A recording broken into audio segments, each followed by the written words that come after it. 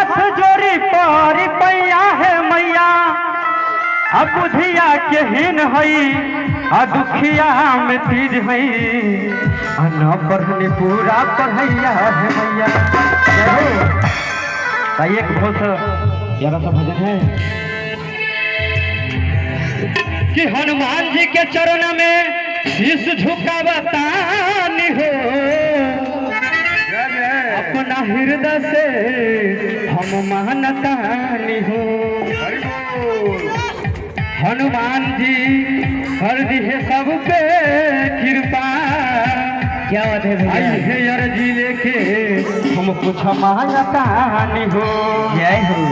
ताइए एक बहुत सा छोटा सा प्यारा सा भजन है एक बार दोनों हाथ ऊपर उठा के सब लोग ताली बजाइएगा। साचे दरबार की हनुमान जी महाराज की जय हो। हेलो जी अरे वो आइए एक बहुत छोटा सा प्यारा सा भजन है आप लोग ताली बजा के और झूमिएगा कि हम तो विनती करीले महावीर के कि हम तो विनती करीले महावीर नाम गिर हम तो विनती करीले महावीर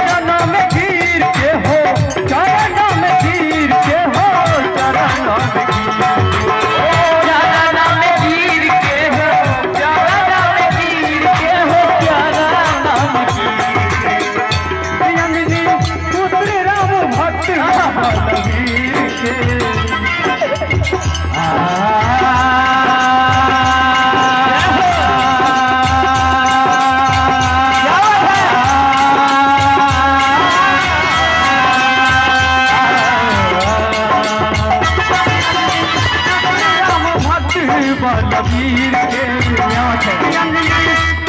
राम भक्त बलबीर के चरण में गिर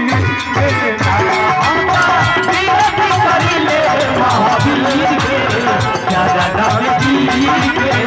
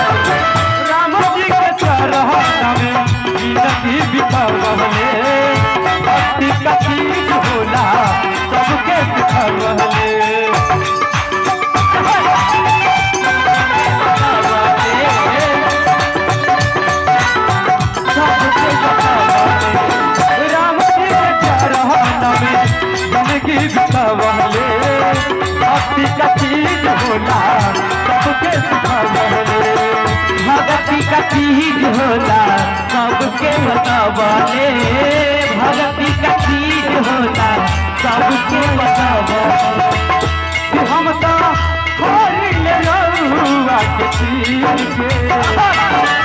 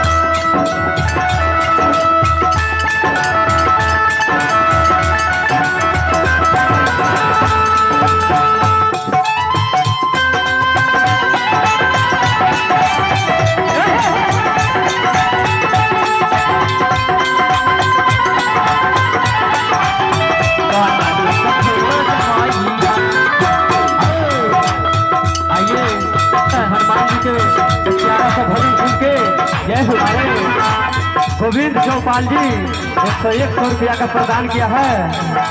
उनको हनुमान जी 3 दुगुना 400 रुपया कर दे, सदा उनके परिवार को खुशहाल रखे। ताली बजा के भैया।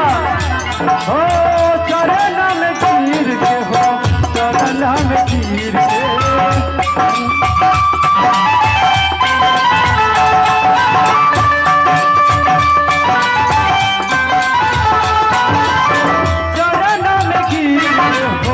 चरण में गिर के, अंजलि पुत्र राम भक्त बलबीर के।